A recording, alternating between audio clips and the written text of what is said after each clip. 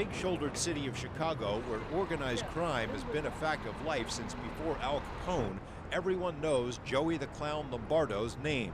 For more than 30 years, the word reputed has been attached to it. Without question, if you walk down the street and you ask a citizen about the case, the mob case, the only name they know is Joey Lombardo. Rick Halpern knows that overcoming Lombardo's long-standing reputation as a top boss of Chicago's outfit will be his major challenge in the upcoming trial based on the FBI's Operation Family Secrets. Lombardo was one of 14 Windy City Mafia figures charged with a vast assortment of serious crimes, including 18 unsolved murders. More than 1,000 murders have been attributed to the Chicago outfit over the years. Fewer than 20 have been solved. This massive indictment represents the most serious assault on the mob since Capone was put away.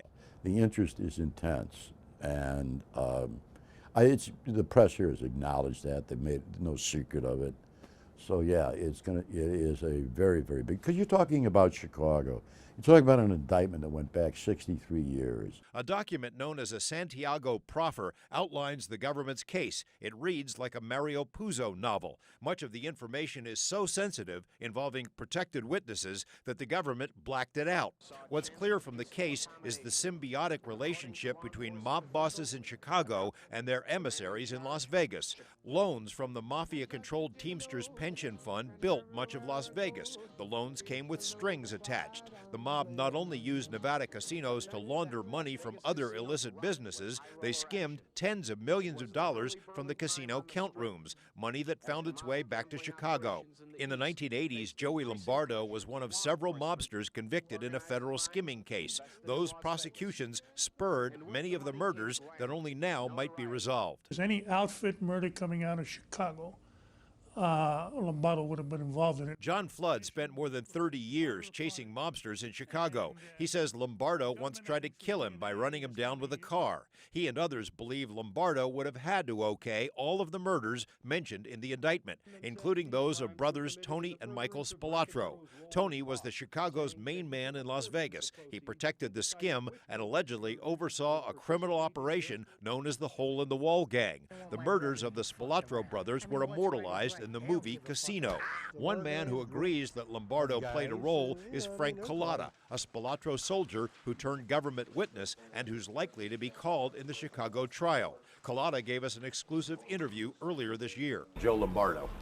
Well, he was Tony's boss and he was my boss. Meaning you guys reported directly to him? Oh, Tony did. I reported to Tony. So Joe relayed the messages to Tony. And do I think that Joe Lombardo was involved in it? I think that they would have to go to him for an okay on it, yes. Rick Halpern thinks Collada is a flawed witness, but knows the government has other arrows in its quiver, including two made members of the outfit named Calabrese. They've already given information that allowed the FBI to dig for the remains of old murder victims and are ready to testify. But don't count out the KG Lombardo. Halpern says his client will use the withdrawal defense. That is, he formally withdrew from the mob years ago by announcing as much in an ad he bought in a Chicago newspaper. It's not a joke.